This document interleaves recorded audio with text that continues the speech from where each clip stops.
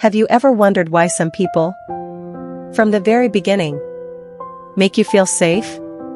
Not excited. Not overwhelmed. Just at ease. You don't feel the need to impress them. You don't rehearse your words. You don't shrink or perform. Conversation flows. Silence doesn't feel awkward. Being yourself feels enough.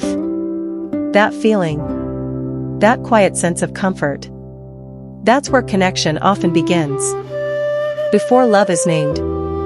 Before feelings are explained. When two people simply get along. Getting along is often overlooked. It doesn't sound romantic. It doesn't feel dramatic. But this is where everything honest begins. Before attraction becomes complicated. Before expectations enter the room. There is ease. Conversation without effort. Silence without discomfort. Laughter that isn't performed.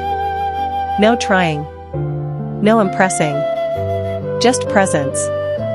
Getting along means you don't rush to define anything. You let moments exist as they are. You notice how time passes faster when you're together. How nothing urgent needs to be said. Yet nothing feels missing. There is safety here. Not the kind that excites. The kind that settles. You learn someone slowly. Not through declarations. But through patterns. How they react when plans change. How they listen when you speak without finishing your sentences. How they treat silence, not as a gap to fill, but as a space to share. At this stage, there is no pressure to be understood completely. You are still observing. Still adjusting. Still discovering how your rhythms align. And that alignment matters more than chemistry. Getting along is where respect forms quietly. Where boundaries are sensed, not enforced. Where differences don't threaten connection. They simply exist. There is no need to convince. No need to persuade. No need to perform emotional depth. You are allowed to be ordinary here. Most people underestimate this phase. They rush past it, chasing intensity, mistaking comfort for boredom. But comfort is not the absence of feeling. It is the absence of fear. And sometimes, without warning, you realize something has shifted. Not loudly.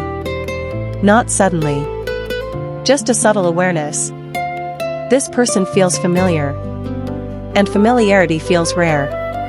Nothing has been said. Nothing has been promised. Yet something has quietly formed. Not love. Not yet. But connection. This is where it begins. Before meaning. Before labels. Before love learns its name. Have you ever sat with someone and found that the quiet between you feels full? Not awkward. Not empty. But familiar. Like the silence itself is speaking. Comfortable silence is not absence. It is acknowledgement. It is presence.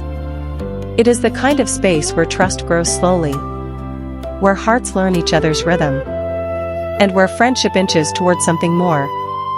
Some people mistake it for boredom. Some fear the emptiness. Some leave. And that is why it's rare. And that is why, when you find it, you recognize its value. Comfortable silence is rare. Most people fear it. Most people rush to fill it. But in that space, real connection breathes. It's in noticing the way they shift when they think.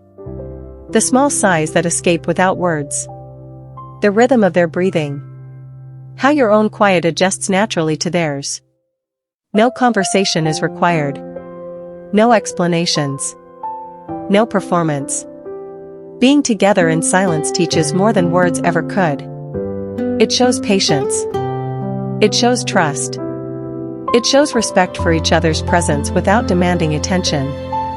In comfortable silence, boundaries aren't enforced, they're understood. Expectations aren't listed, they're felt. And then, sometimes, You realize you've spent hours like this, doing nothing at all, yet feeling like you've shared everything.